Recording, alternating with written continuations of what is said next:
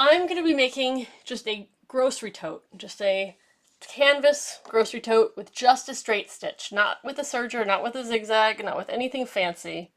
We're just going to be using a straight stitch.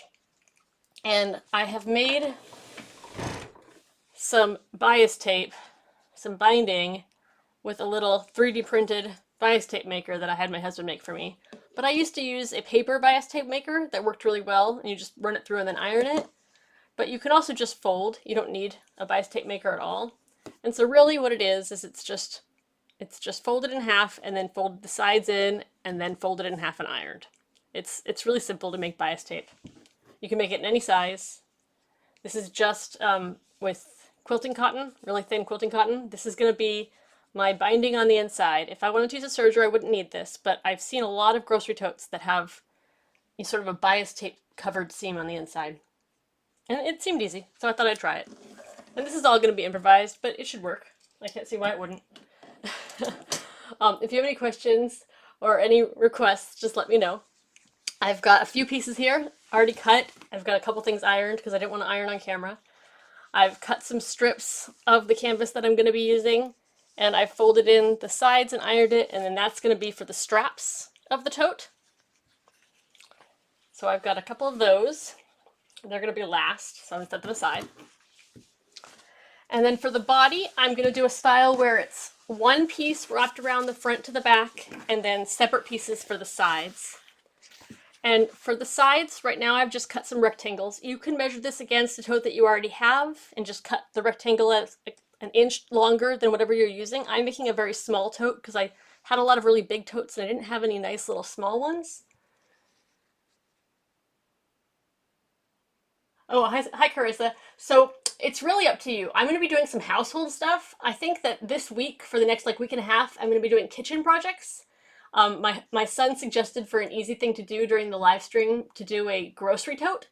So I'm doing a little grocery tote because I only had big ones and I wanted a small one. But really, we can do anything that anybody wants. I feel like if there's things that you want to make for your house or for your kids or for your family or, organizer for your car, just let me know. Write a comment and we'll put that into the schedule. I think that the first few things I'm going to be doing are going to be really basic things like tea towels, pot holders, and I'm doing a grocery bag. I don't use things like tea kettle cozies or bowl cozies, but I could figure something like that out. Also, something like a bowl cover with fold over elastic is kind of self-explanatory, but I could do it. But really it's just a circle of fabric and then elastic and then you put it over. But you could make everything in your kitchen match, and that's kind of more the fun. It's not cheaper to buy fabric and to make things. Like the cheapest way to do unpaper towels would be to buy a big lot of shop towels and put them rolled up nicely into a bucket or into a drawer. But people like to have things matching. So if you're gonna do things matching, then I'm gonna be doing some tutorials to make attractive, pretty edged, pretty trimmed things more than anything. We can also do a lot of sort of universal processes of things that are used in a lot of different sewing, like the same way that you make bias tape and straps for bags is the same way that you would do straps for, like a sundress or the belt of an apron. I could do an apron during kitchen week.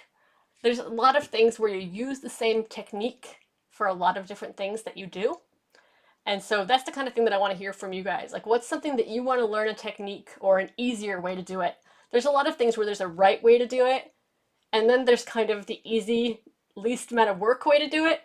And I'm the one who's going to show you the easy, least amount of work way to do it. So it might not be as pretty on the inside, but who's ever going to see that, right? There's a lot of things that are like professional sewing techniques or the way that a machine would do it. But if you don't have the big fancy machine with the special feet and the punches and all that, and you just have a basic straight stitch sewing machine, or like mine where it's a machine that has 7 stitches, and then maybe you have a serger, maybe you don't, I'll show you how to get around the need for a fancy foot or a fancy stitch. So just let me know. What I'm gonna do with these little side pieces for my bag is I'm just gonna round out the corner of the bottom here, just the bottom, not the top. And that's just so when I wrap the top around it, it's easier to wrap it from the front to the back. If you look at a lot of totes, they're designed that way. So that's just what I'm going to do. You can make them exactly the same. You can cut them with a rotary cutter. I'm really just going to roughly kind of round out the edges on both of them. Not a lot, just a little. Just enough to make it easy to sew. And it doesn't have to be perfect.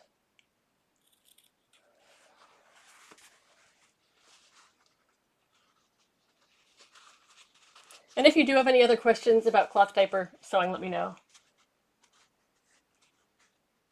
I feel like bias tape would be easier to do in a pictorial than a video because the process, if you're going to do a really nice crisp one, it involves ironing. And I don't really have a way to set up my iron here. I mean, I have to be standing, change my setup a lot. I can definitely unfold this and show you really, really specifically how it's made.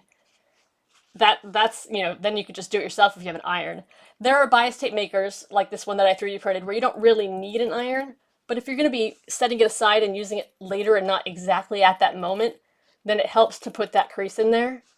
Another thing you could do is just roll it around a spool to hold the crease, you know, for you. So I can show you both of those right now. That's easy.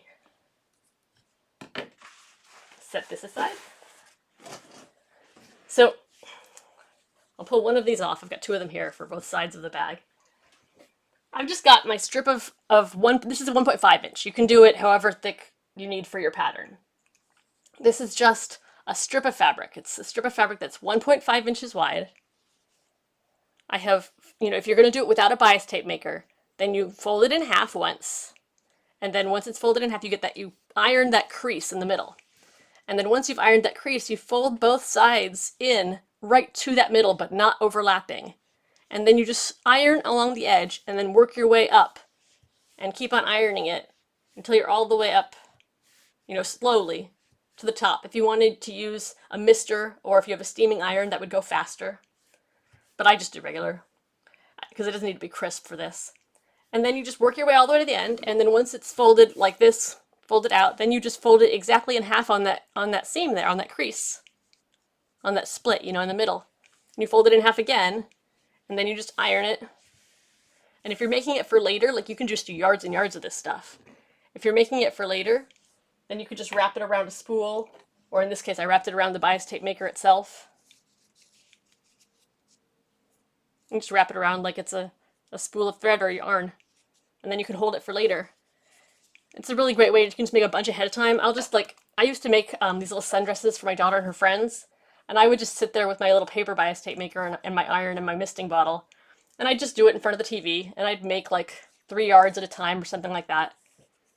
And then just set it aside, you know, pin it in or tape it in so you've got it set aside for later. And that way you don't have to do it like right as you need it that minute, you know. But you can do it on the fly. There's even feet for the sewing machine that make it as you go. But I just, you know, I don't bother. So, is that fairly clear? Fairly clear? Like, if there's any questions, just let me know.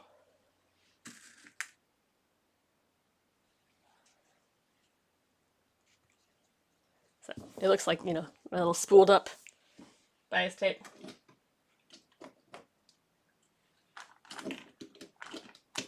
And then for straps that are bigger straps, like tote straps, you can do it that way, fold it in half, or if you want it to look more even, you can have it be folded like just so ironed inward and then just folded down and then just lined up and then just sewn down on the sides, and then you have both sides with the hole. But you can also just do it folded, you know, this would be a thinner one if you were going to do it that way, and it would just be like that. And you can do it that way and just sew it down both sides as well. But yeah, this is all going to be a straight stitch, so this whole thing is just straight stitched. Most things you can do that way, depending on how you finish it. Awesome. So yeah, set my straps aside. And here you've got your 2 little side panel pieces. And you've got your 1 long piece. And I didn't measure it exactly, so I might trim off some at the top, but here's my long piece that's the width that I want, you know, plus about 1/4 inch on the sides. Like I said, this is a small tote. You'd probably want to make it about 2 inches bigger if you're going to do a full-size tote. But I would just take whatever bag you like and add seam allowance to it, and then just cut it to match. And then you're going to take your first piece of side, and you can clip or pin if you want, And this is the fabric that will fray, so you want to be careful not to, over fray it while you're working on it. But you're going to do it just like you do with anything else, where you sew with the positive, with the outer sides facing toward each other, the attractive sides toward each other.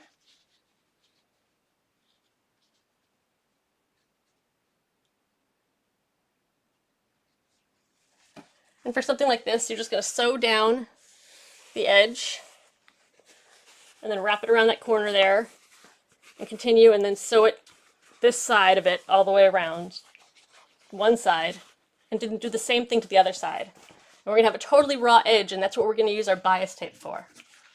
So we can clip it a little bit here. Honestly, I probably wouldn't even clip it if I was not going to be paying attention. I would just kind of rough it.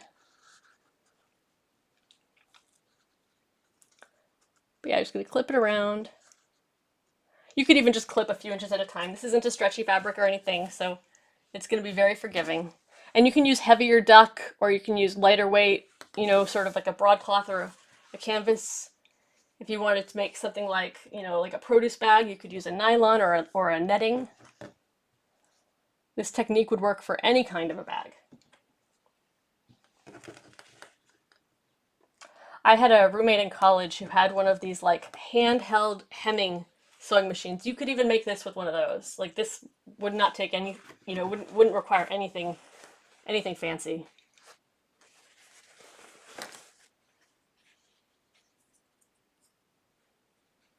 So I'm going to sew just down to that curve, and then I'm going to clip it again when I get beyond that. And again, I apologize for the noise level. My headset isn't being happy with my computer unless I reboot, and I didn't want to have to reboot, so taking a fairly wide straight stitch. Doesn't matter what needle. I've got a universal 8012 on here, I think, and I've got polyester thread just because that's what I had, but you could use cotton thread. And I'm just going to use the side of my foot like usual as my guide, but you can measure it out if you need to. I'm not going to worry about sewing absolutely to the top, because I am going to fold over the top to make a finished edge at the very top when I'm done. So.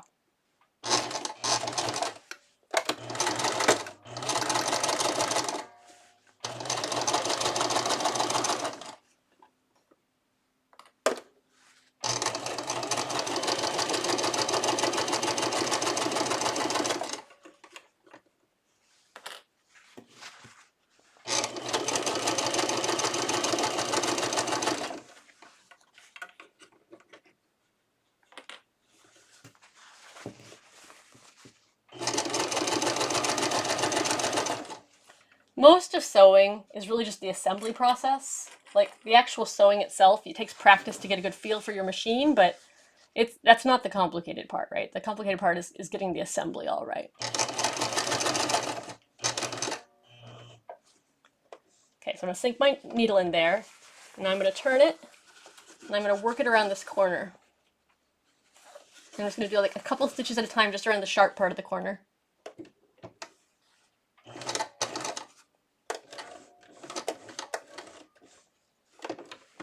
And just go slow.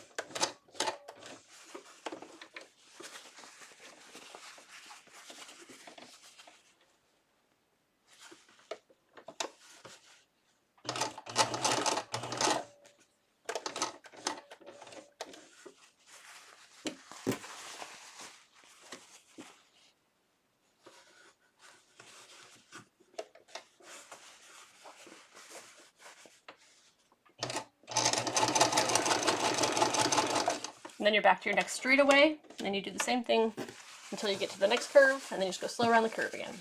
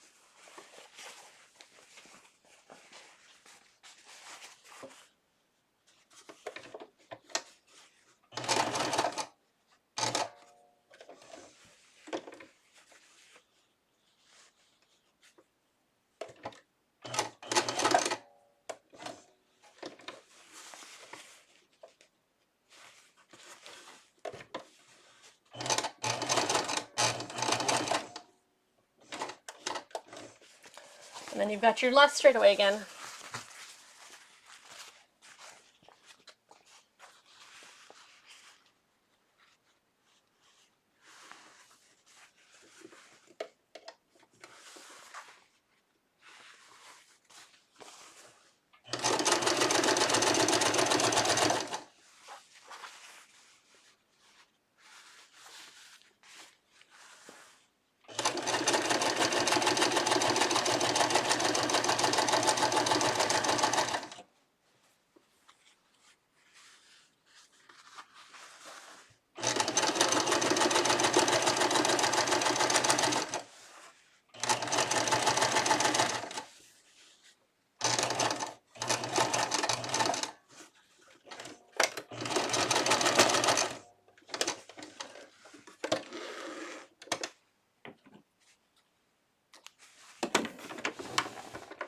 So like I said, I didn't exactly measure it. I just made sure it was at least long enough, and I'm just going to trim down this one side now so that it is the right length and so that I don't get the other side twisted at all.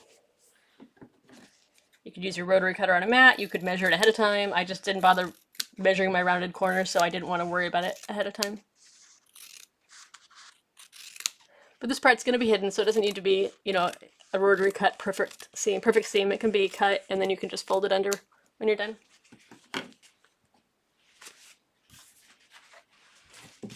I just want it to be pretty close. And so you can see that one side's done. And now we're just going to do the same thing to the other side. We're just going to sew it around. In the same way, we're going to go to the attractive side first. You could even turn this inside out if you wanted to, just to get an easier access to it if you wanted. It's not necessarily though. And then we're just going to do the same thing.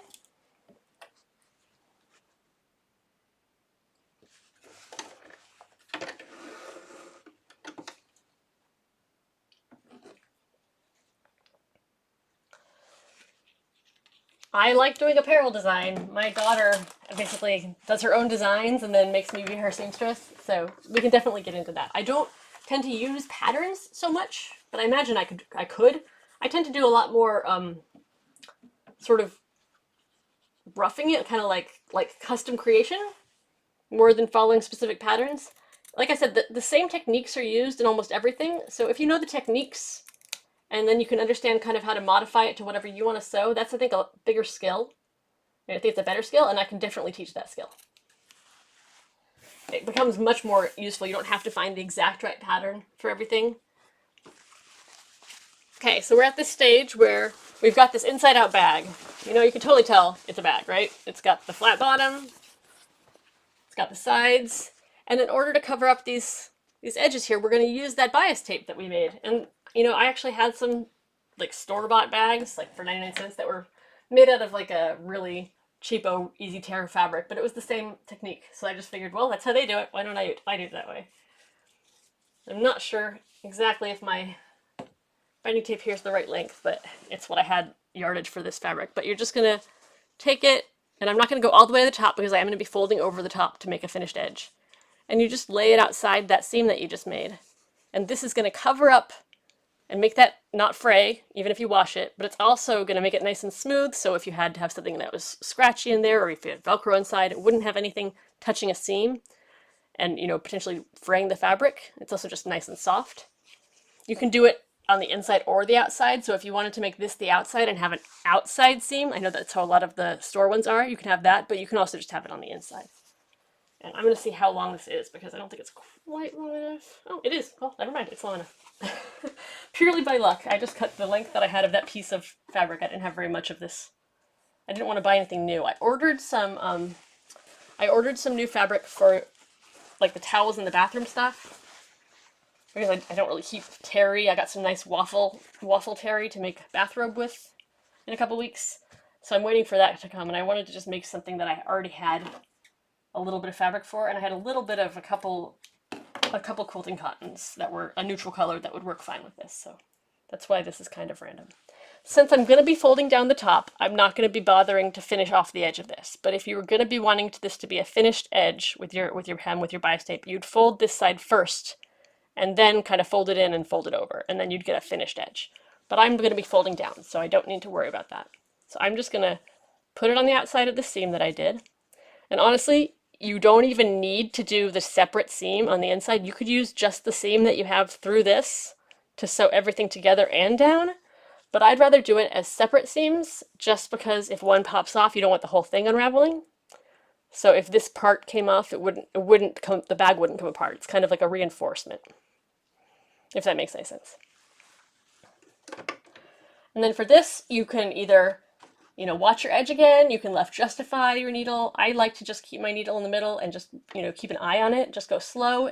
Look inside the little hole in your universal foot to make sure you're, sewing down on fabric near the edge. And because this is, even bias tape, you're going to for sure be sewing through both sides because it's already pre-pressed. It's already even. It's not going to be challenging like fold over elastic where you're kind of having to guide it. It's just already the same with the top and the bottom. So you can just lower it in.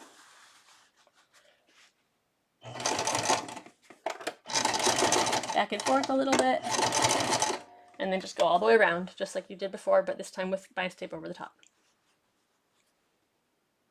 You can use the pre-bought stuff too, the pre-made stuff, but why bother?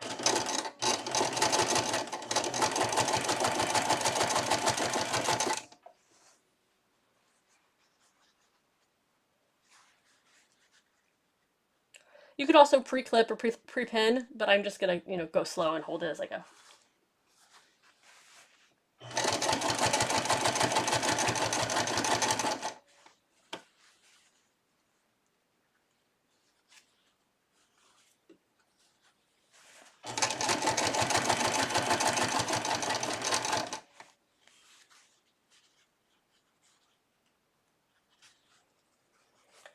And if you were going to make like a fancier purse that would be lined, you wouldn't need to have this, finished edge on the inside. But this is just a one layer canvas tote, so that's why I'm doing it this way.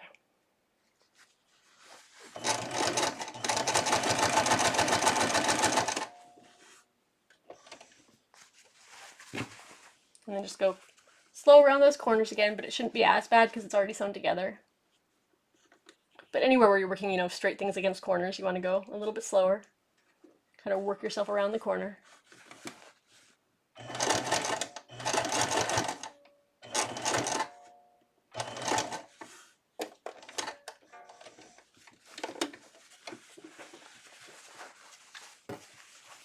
Bye, Carissa. Thanks for coming by.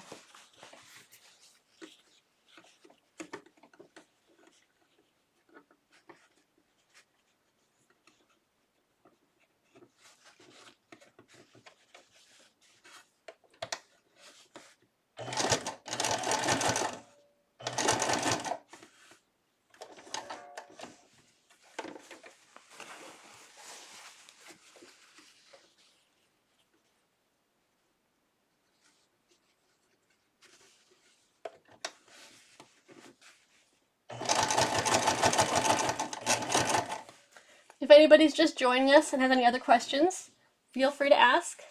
Or if you have any things that you want to see sewn in the next couple weeks.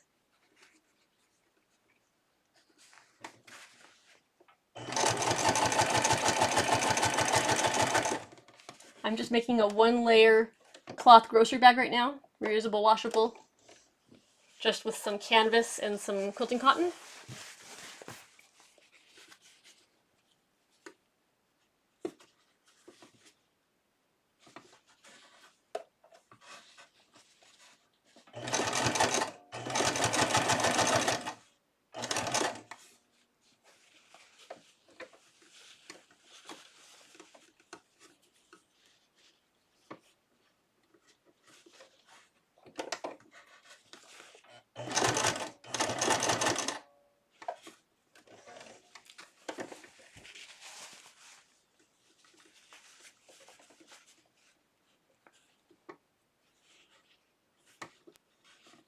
Honestly, this one would even be reversible because of the way that I'm doing the seam. I didn't think about that, but if you wanted to use, fabric that wasn't a print, it would even be reversible. There wouldn't really be a wrong way.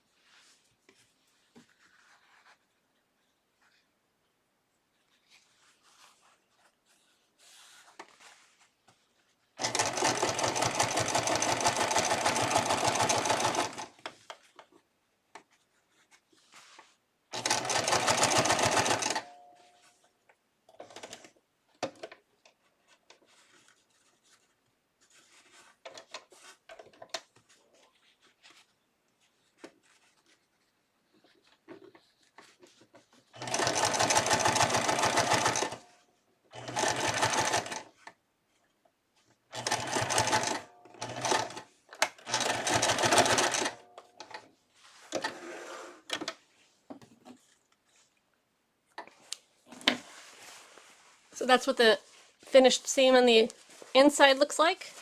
When you turn it right side in, it's just the other way. But you could actually have it be either way. This could be the outside if you like how that looks. I've seen bags that do it both ways. And this is just to keep the bag, you know, lightweight, not bulky, and easily washed and dried. But also less fabrics, less expensive.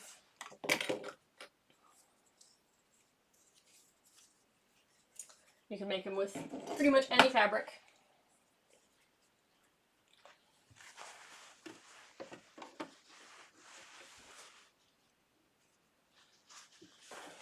Now you've got your trim on the sides done, and I'm just going to fold down the top over that edge.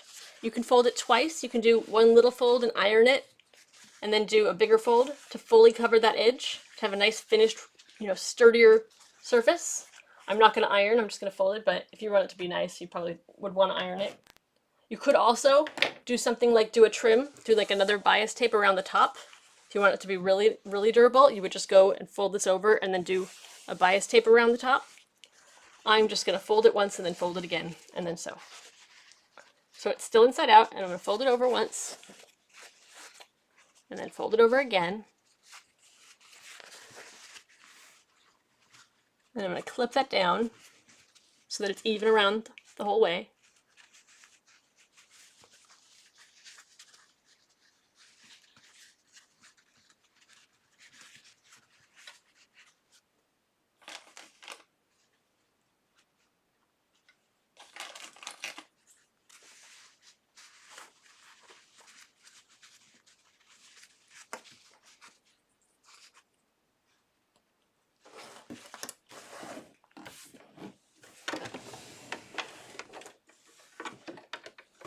And one thing you can do to go easier around something like a bag or a pant leg, like if you're doing hemming or something, it's the same way. You just take off this front piece of your sewing machine if you have a kind that will do that, and then you can just slide it right underneath.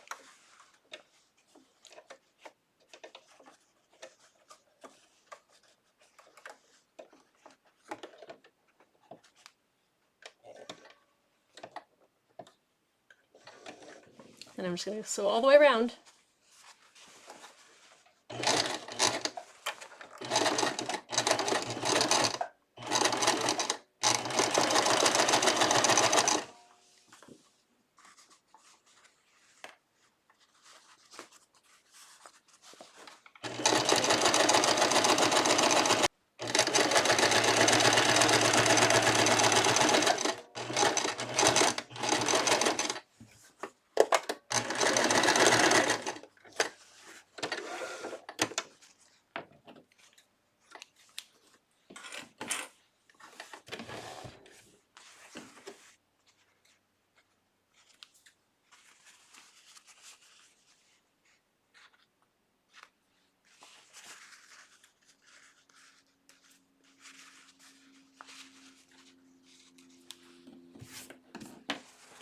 So there's your finished bag, and it could be that way or it could be this way.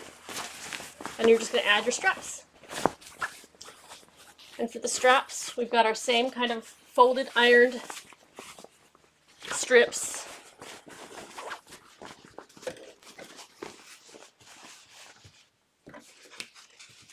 And what I'm going to do for these is I'm going to leave mine fairly long so they can go over a shoulder, not just hand. And you can either make them by sewing down the entire length of both of them because they're the same, or you can just fold one in half for each side. So if you were going to make like a long strap, you would just do one long one, or if you're going to do it ahead of time and make a bunch of straps, you could do it that way. For mine, I'm just going to fold the one long strip in half. You can decide how long you want it. It's, you know, how long you cut it is how long you want your strap to be. So if you're going to fold it in half, make it twice the length that you want your strap to be. And you just line up your edges. Approximately. It doesn't have to be exact. This is just a grocery tote.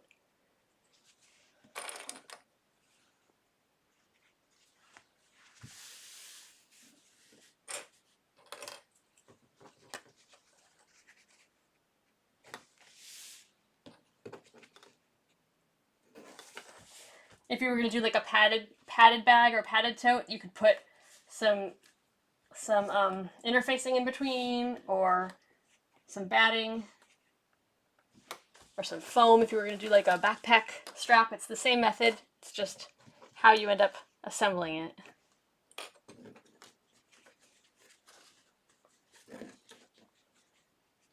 I did a special needs, like older child baby carrier style carrier, and I used webbing inside it, with webbing on the inside, like with like a 200-pound, resiliency, whatever that's called. And then I put a layer of batting on the inside, which would be against the dad's hips, so that he could carry his, larger, older daughter on hikes and stuff. That was a fun project.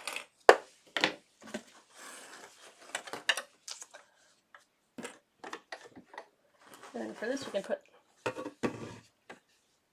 the full surface back on.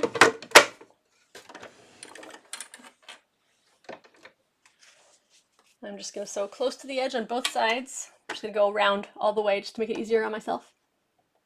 And I'm going to use the side of my foot again as my guide.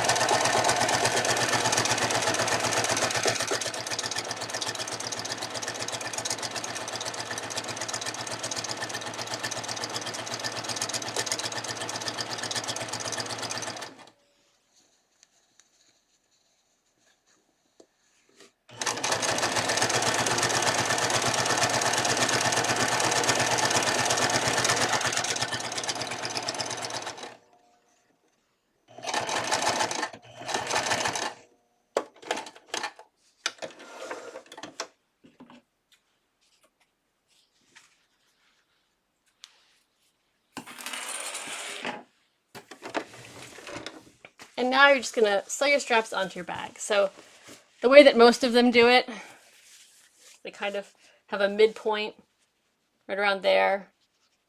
You can do it side to side and have a better, grasp width-wise. You can do it right against the seam there.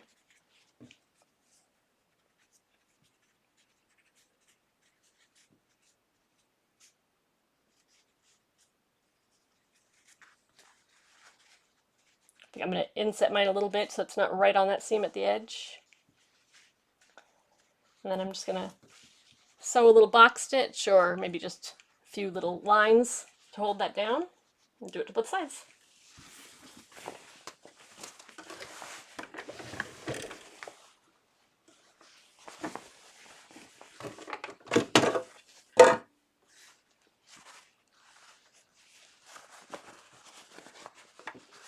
And because I'm working with canvas, this is going to be pretty thick, so make sure you have a pretty decent needle.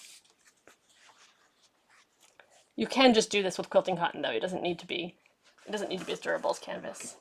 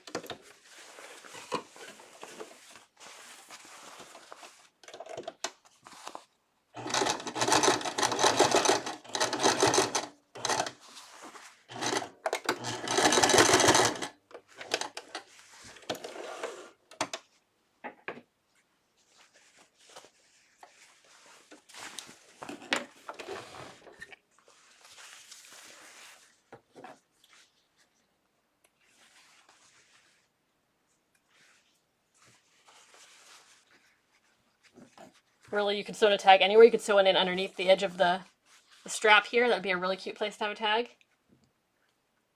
Or if you wanted to do any sort of custom colorful seams or embroidery or something like that.